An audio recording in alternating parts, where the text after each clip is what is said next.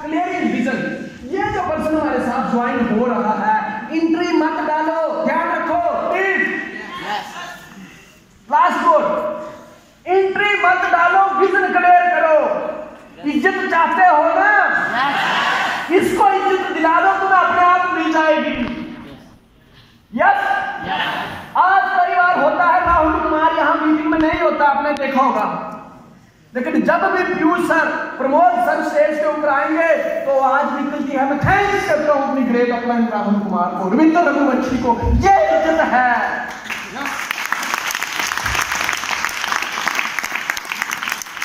Vision clear करो, पहला काम हमने किया विजन क्लियर। विजन क्लियरिंग में था mind set and counselling, MNM की पावर बताई, यूज ऑफ की पावर बताई। ये जो तीन चीजें जब हम प्रियंका और जतिंदर को लगाएंगे, इनसे इनका विजन क्लियर होगा। जो मार्केट में नेगेटिविटी है वो पता चलेगा। इनको पहले बता दो कि मार्केट में लोग बहुत नेगेटिव सोचते हैं। यस, लेकिन एक चीज ये भी याद रखो अपने विजन में कि करियर बनाने के लिए बहुत पापड़ बेलने पड़ते हैं। जैसे एक फिल्म के हीरो को बहुत सारे रोल प्ले करने पड़ते हैं, तब जाके अवार्ड मिलता है।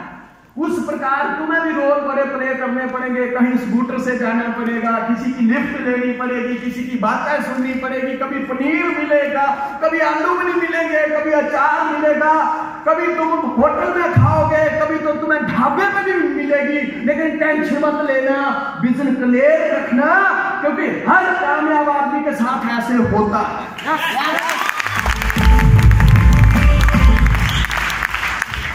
दूसरा बात हमने उनको बिल्डिंग इंटरनल स्ट्रेंथ, जब हम उनको जेनेसिस इंटरनेशनल टीम की पावर बताएंगे, ड्रीम बिल्डिंग करेंगे, टेक कमिटमेंट करेंगे कि वचनबद्धता। वचनबद्धता का मतलब होता है कि करना है तो करना है। लोगों की आंखों में आंखें डाल के बोल दो कि दुनिया वालों मेरे बारे में कोई राय मत रखना, मेरा वक्त बदलेगा, तुम्हारी राय बदलेगी।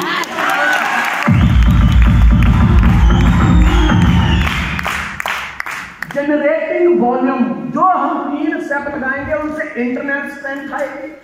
और अगले 3 जब हम लगाएंगे, give planning, home meeting, duplication, उनसे वॉल्यूम जनरेट होता है।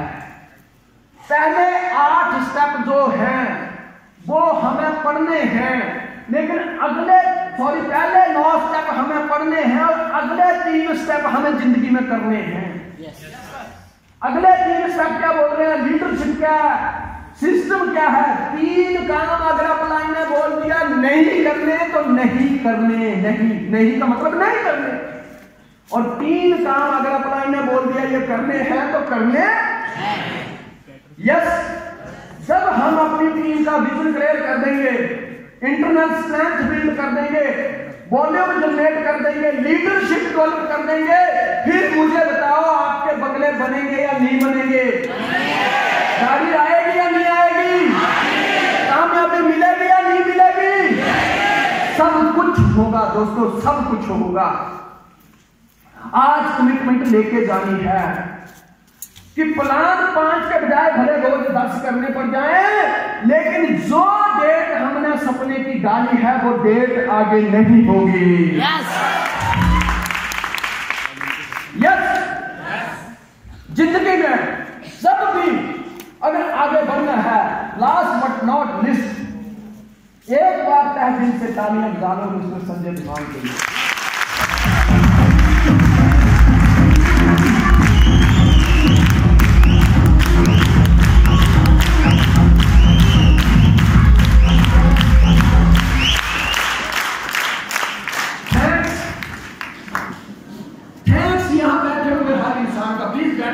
स्टोरी सुनाऊंगा, फिर आगे चल के बढ़ेंगे।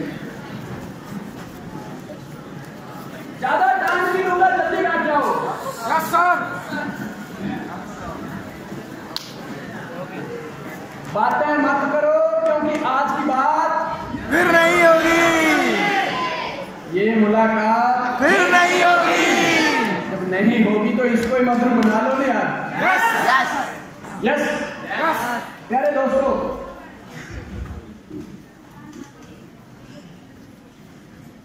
मैं इस स्टेज से 2 दिन में जो आपने प्यार दिया है, बड़े ध्यान से सुनना, प्लीज प्लीज प्लीज।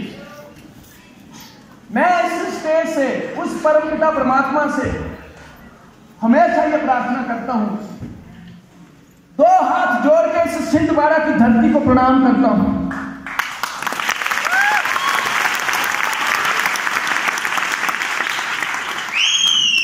कितनी पावर है इस धरती में, एहसास करो। हिमाचल प्रदेश का रहने वाला ये इंसान, अगर ये धरती इस इंसान को इतनी रिस्पेक्ट दे सकती है तो अपने बच्चों को कभी भी निराश नहीं करेगी।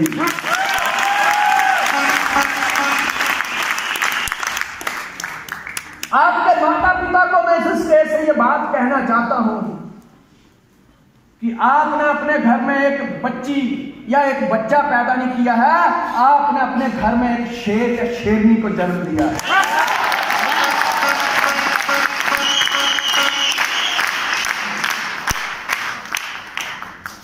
तुम टेंशन मत रखो, क्योंकि अब ये शेर और शेरनी जाग चुके हैं।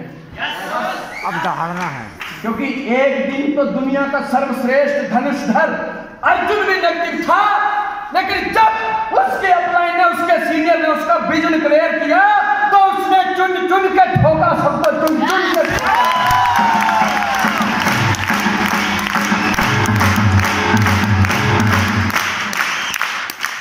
माइंड सेट करना पड़ता है, लेकिन तब से और अब से सिस्टम अपडेट हो गए हैं। तब 18 दिन लगे थे, आज संजय सर ने सिस्टम इतना खूबसूरत बना दिया, आज 2 दिन में हर बंदा अर्जुन बन जाता है।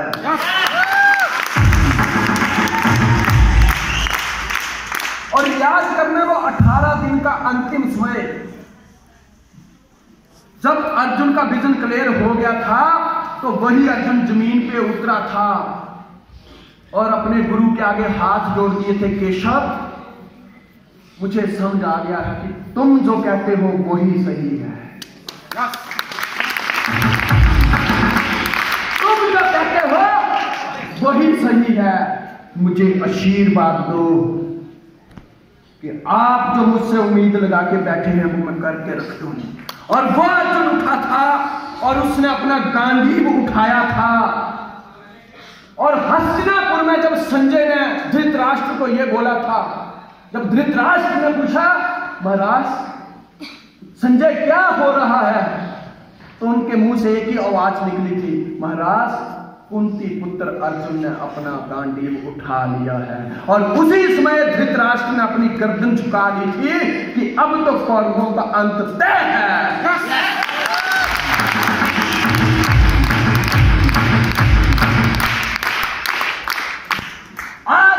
अर्जुन बन चुके हो।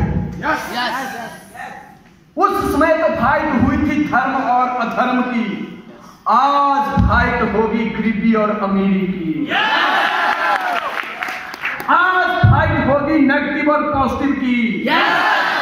आज फाइट होगी इस बात की कि आई एम द बेस्ट। आज फाइट होगी इस बात की कि आई एम द बेस्ट। और आई एम द बेस्ट बनने के लिए दोस्तों, आई एम द बेस्ट बनने के लिए खली की तरह ठोकना पड़ेगा, अर्जुन की तरह तीर चलाना पड़ेगा। और कमिटमेंट कैसे होती है?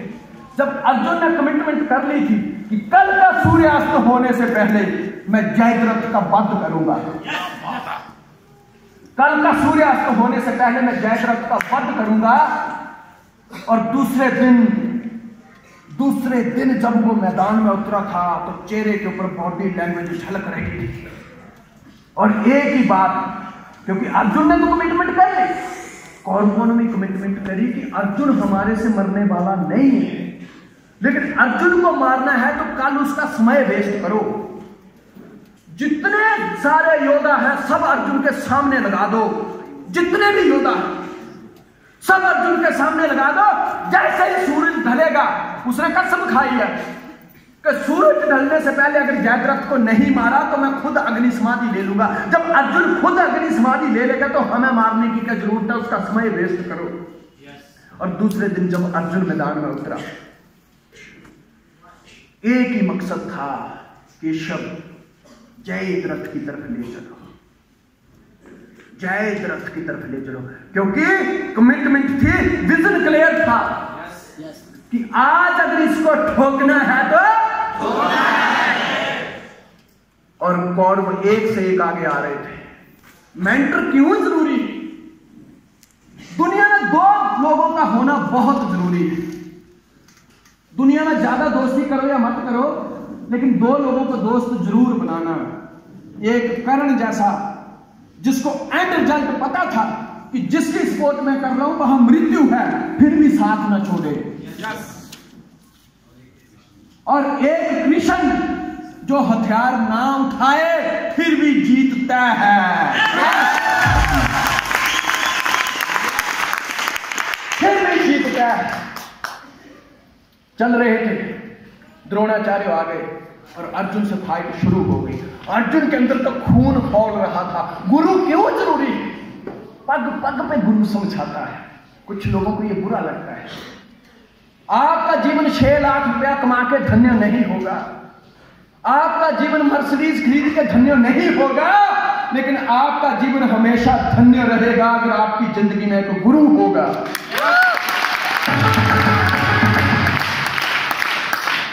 द्रोणाचार्य जब फाइट करने लगा, अर्जुन भी फाइट कर रहा था। मकसद क्या था? अर्जुन को मारना नहीं, समय वेस्ट करना। ध्यान से सुन रहे हो? कृष्ण को दिमाग में आया, द्रोणाचार्य को तो कौन मार सकता है। इतने में उसने अर्जुन को तुरंत गाइड किया, अर्जुन तेरा आज का लक्ष्य द्रोणाचार्य नहीं जयद्रथ है। गुरु इसलिए जरूरी है, छोटी छोटी बात पे ध्यान देता है। अर्जुन तेरा आज का लक्ष्य क्या है? जयद्रथ, नॉट द्रोणाचार्य। कहते लेकिन केशव युद्ध का तो नियम है कि जब तक एक योद्धा को नहीं हराओ या मारो तुम अगले से नहीं लड़ सकते। कहता वो बात तो है, लेकिन एक युद्ध का यह भी नियम है कि अगर किसी के हाथ में हथियार ना हो तो उसके ऊपर भी बाण नहीं चलाना है। कहते फिर क्या किया जाए? कहते धनुष रख दे और द्रोणाचार्य को आशीर्वाद दे कि मुझे आशीर्वाद दो, क्योंकि ये तकनीक गुरु बता सकता है।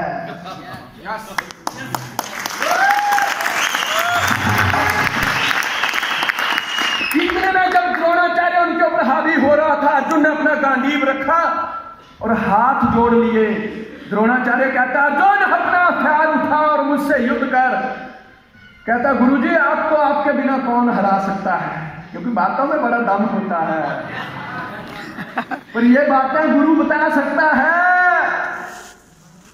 कहता गुरुजी आपको आपके बिना कौन हरा सकता है। कहते हथियार उठा। कहता नहीं मुझे आशीर्वाद दो, मैं अपने मकसद में कामयाब हो जाऊं। और इतने में कृष्ण ने धीरे से रथ निकाला और आगे पीछे से दुर्योधन बोलता है कि द्रोण हथियार चलाओ इनके ऊपर। कहते नहीं चलाऊंगा, युद्ध का नियम है कि निहत्थे के ऊपर वार नहीं करते हैं। लेकिन उसको क्या पता था कि जो बाजू में बैठा है उसका गुरु उसके दिमाग में तो जयद्रथ चल रहा है।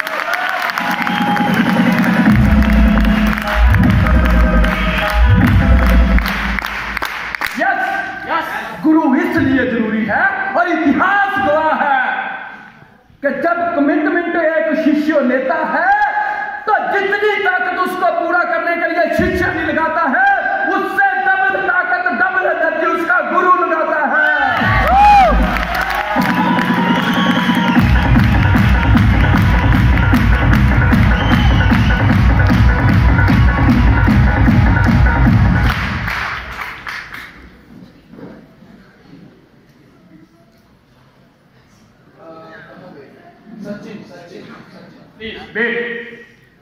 गुरु इसलिए जरूरी है। प्लीज सचिन तेंदुलकर की जरा क्लिप्स देखना है। ये वो टाइम है जब सचिन तेंदुलकर को भारत रत्न का अवार्ड दिया जा रहा था। प्यारे दोस्तों जरा ध्यान से सुनो, साउंड प्लीज।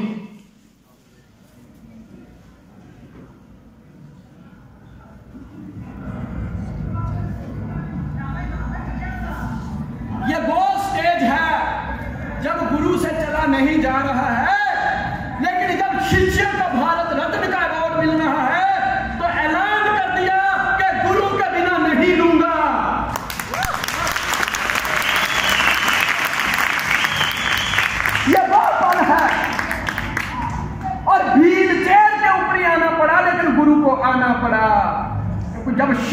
सचिन तेंदुलकर जैसा हो तो गुरु महान क्यों नहीं होगा।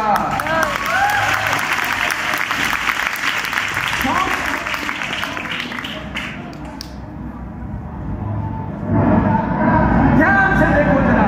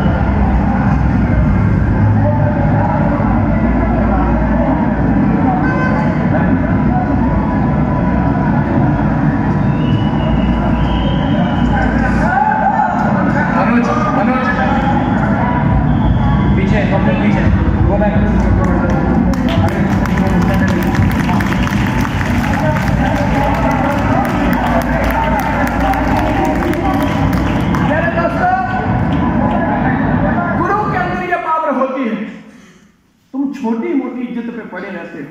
मैं इसलिए कहता हूं, बाज की तरह अगर आसमान की ऊंचाइयों में उड़ना है तो बत्तखों की तरह पानी में तैरना बंद कर दो। तुम छोटी मोटी इज्जत में पड़े रहते हो, ऐसा शिष्य पैदा करो जब एक भारत रत्न तुम्हारे कदमों में गिर रहा हो। भारत रत्न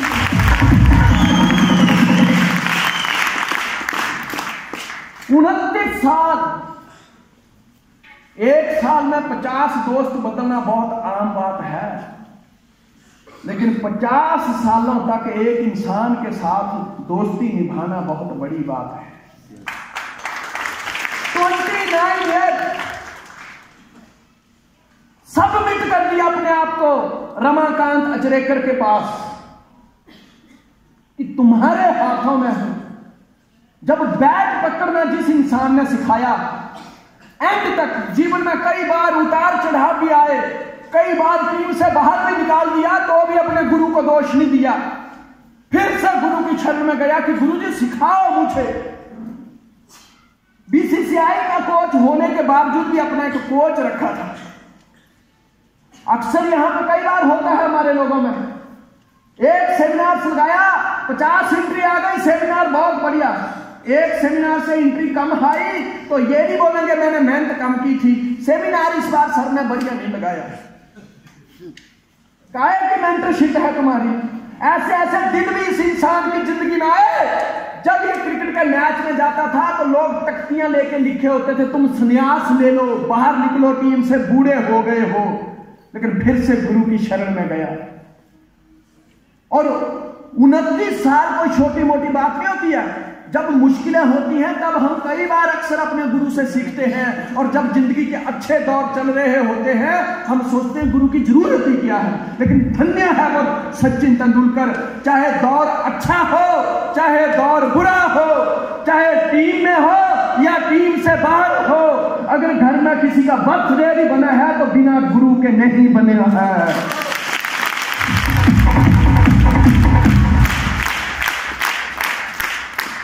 गुरु नानक देव जी जब इस दुनिया में उन्होंने देखा कि मेरे बाद मेरी गद्दी का मालिक कौन होगा,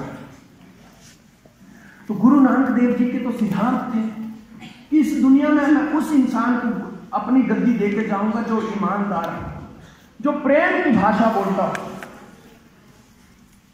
प्यारे दोस्तों, जब वो टाइम आया जब उनको अंदर से हुक्म हुआ कि अभी अपने चलने का वक्त आ गया है, तो उन्होंने एक ऐसा ही सेमिनार रखा।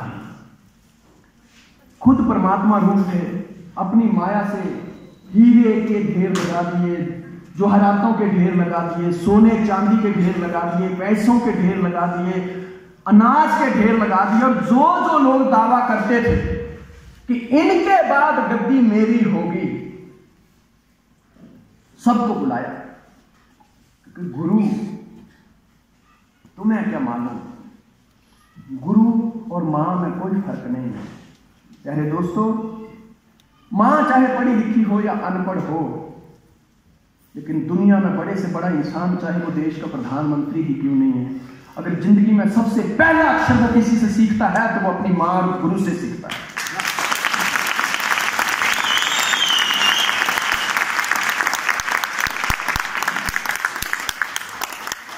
गुरु नानक देव ने सबको बुलाया, कहते यार मेरा टाइम हो गया है जाने का।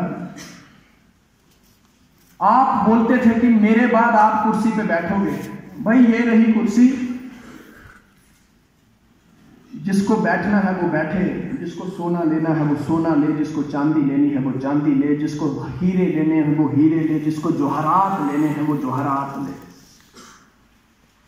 जिनका तो विजन छोटा था ना, वो कहने लगे हम तो गद्दी ही इसलिए ले रहे थे कि हम धन दौलत कमा सकें, और जब वो चीजें पहले मिल रही है तो गद्दी करनी क्या है। जिसकी सोच में जो था वो उसकी तरफ ढल गए। कई सोने में फंस गए, कोई चांदी में फंस गए, कोई हीरों में फंस गए, कोई जवाहरातों में फंस गए, कोई अनाज में फंस गए, कोई कपड़ों में फंस गए। सब के सब अपनी झोलियां भर के जाने लगे। गुरु नानक देव जी ने देखा यार जैसा शिष्य मैं चाहता था वैसा तो मुझे मिला ही नहीं। बूढ़े थे, लाठी ली और चलना शुरू कर दिया, कमली से अपने आप को लपेटा और चलना शुरू कर दिया। चले जा रहे थे, चले जा रहे थे, चले जा रहे थे, चले जा रहे थे। पीछे मुड़ के देखते हैं एक बूढ़ा इंसान उनके पीछे दूर चला आ रहा है। गुरु नानक देव जी देखते हैं ये कौन होगा। उन्होंने देखा चलो मैं खड़ा होकर देख ही लेता हूं कि कौन है। तो हैरानी की बात ये थी उनके पीछे जो चला आ रहा था वो उनका नौकर था और उसका नाम था लहना, जो गुरु नानक देव के घर में नौकरी करता था। गुरु नानक देव जी उसको बोलते हैं आप क्यों आ रहा है मेरे पास? जब मैंने वहां धन के ढेर लगाए थे, वहां चांदी के ढेर लगाए थे, सोने के ढेर लगाए थे, तब तू कहां था? दफा हो जाए यहां से, अब कुछ नहीं मिलने वाला है। फकीरों के पास अब कुछ भी नहीं। चुप। वो जितना बुरा बोल सकते थे उतना कहा और चलते बने। गुरु नानक देव जी फिर चलने लगे और लहना पीछे पीछे, लहना पीछे पीछे, पीछे पीछे, पीछे पीछे। थोड़ी दूर और आगे गए। उन्होंने देखा यार अजीबो बेशर्म आदमी है। जब मैंने कह दिया कि मेरे पास है ही कुछ नहीं तो इसको दूंगा क्या? यह तो मेरी आत्मा को दुखी करने वाली बात हो गई। उन्होंने फिर आए और बोले जब मैंने तुझे समझा दिया कि जब मैंने सोने के ढेर लगाए थे तब तू कहां था? जब चांदी के लगाए थे कहां था? हीरों के लगाए थे कहां था? जवाहरातों के लगाए थे कहां था? कपड़ों के लगाए कहां था? अब क्या है मेरे पास? शरीर में लगे हुए कपड़े उतारना चाहता है? चुप। गुरु नानक देव जी चलते बने, थोड़ी देर पीछे मुड़ के देखते हैं लैना फिर चला आ रहा है। गुरु नानक देव जी रुके और लाठी तो हाथ में थी। इतना पीटा, इतना पीटा, इतना पीटा, इतना पीटा, जितना पीट सकते थे। कहते एक बार जब बोल दिया कि जब है ही कुछ नहीं तो तू लेगा क्या, जब सारी चीजें डिस्ट्रीब्यूट हो रही थी तब तू कहां था। तो लहना की आंखों में आंसू थे और लहना रोते हुए कहते हैं, गुरु जी जिसको सोना प्यारा था वो सोना लेके बैठ गया, जिसको चांदी प्यारी थी वो चांदी लेके बैठ गया, जिसको हीरे प्यारे थे वो हीरे लेके बैठ गया, जिसको कपड़े प्यारे थे वो कपड़े लेके बैठ गया। मेरे तो कपड़े भी आप हो, मेरे हीरे भी आप हो और मेरा सोना भी आप हो।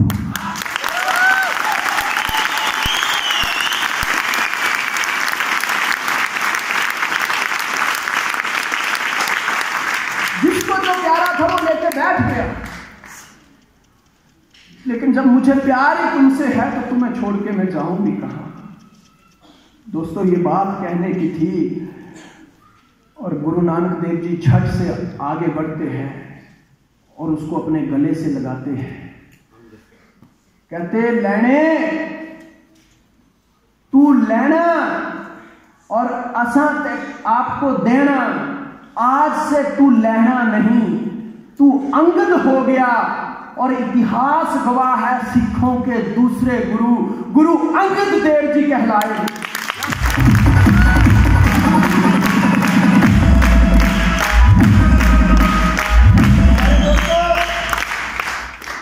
इसलिए कहता हूं अपने गुरु की, अपने अपलाइन की बहुत रिस्पेक्ट करना, क्योंकि उनके एक एक डंडे में दुनिया को तो हो सकता है वो डंडे दिखाई दे रहे हो जब उनको मार पड़ रही थी, लेकिन उस मार में क्या पता था कि वो पूरी दुनिया के गुरु बन जाने वाले हैं। ये बात तय है। हम अपने फोन में, अपने डेस्कटॉप में, अपनी डायरी में एक हीरो की फोटो रखते हैं, एक हीरोइन की फोटो रखते हैं और उसको अपना आदर्श मानते हैं। प्यारे दोस्तों, मेरी बहनों, मेरे भाइयों, आज की बात कल नहीं होगी, ये मुलाकात फिर नहीं होगी, ऐसे बादल तो फिर भी बहुत आएंगे मगर ये प्यार की बरसात फिर नहीं होगी। अगर जिंदगी में अगर संस्कारी इंसान बनना चाहते हो, सब कुछ करना, लेकिन सचिन तेंदुलकर की तरह कभी अपने गुरु से अलग मत होना, उसको अपनी जिंदगी का अभिन्न अंग बनाना। एक गर्लफ्रेंड तुम्हें आज मिलती है, 15 दिन बाद तुम उसको कहने लग जाते हो I love you, I love you, I love you. प्यारे दोस्तों, जिंदगी में अगर कहना है तो कभी अपने गुरु को भी कहना,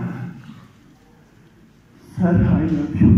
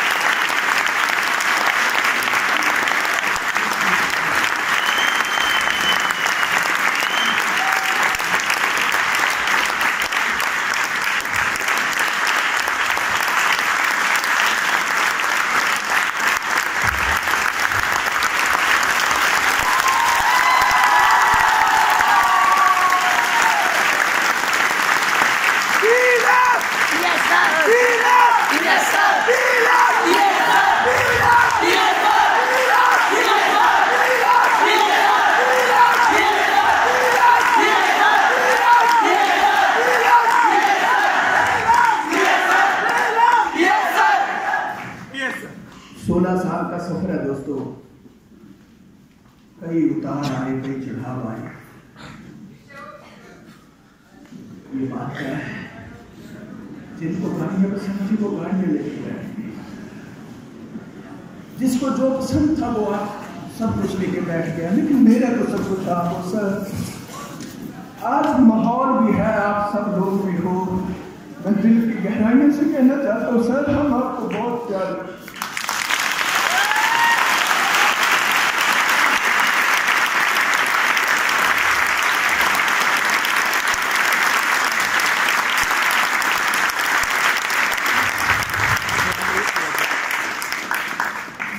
तुम हो तो हम हैं, और हम हैं तो सब कुछ है।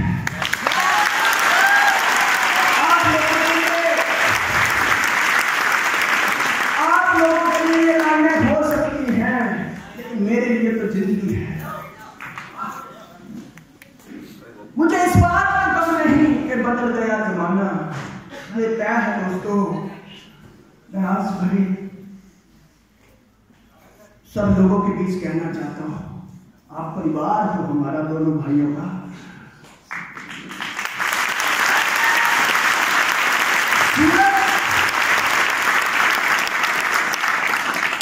सूरज रोशनी देना बंद कर सकता है, जमीन उपज देना बंद कर सकती है। शाम ढलने के बाद तुम्हें अपनी परछाई नजर नहीं आएगी, लेकिन जिंदगी में जब भी जरूरत हो एक बार हमें याद करके देखना दोस्तों।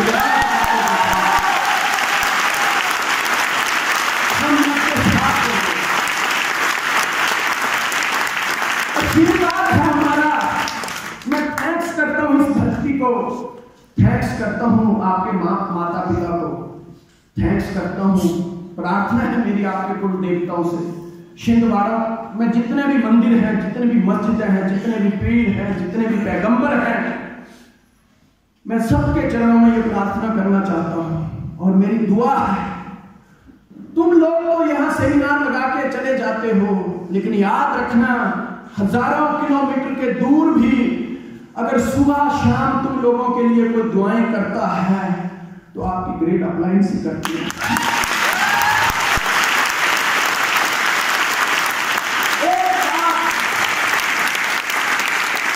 पैदा हुए हो तो कुछ करके दिखाना, कुछ करके दिखाना। आप लोगों के लिए ये लाइनें हो सकती हैं, लेकिन मेरे लिए तो जिंदगी है कि मुझे इस बात का गम नहीं कि बदल गया जमाना। हम दोनों की तो जिंदगी तुम हो, कहीं तुम बदलना चाहना।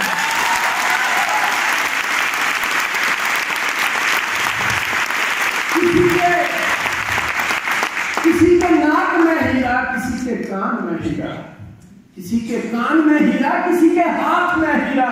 अरे हमें हीरों से लेना क्या, मेरी टीम और मेरा तो गुरु है हीरा।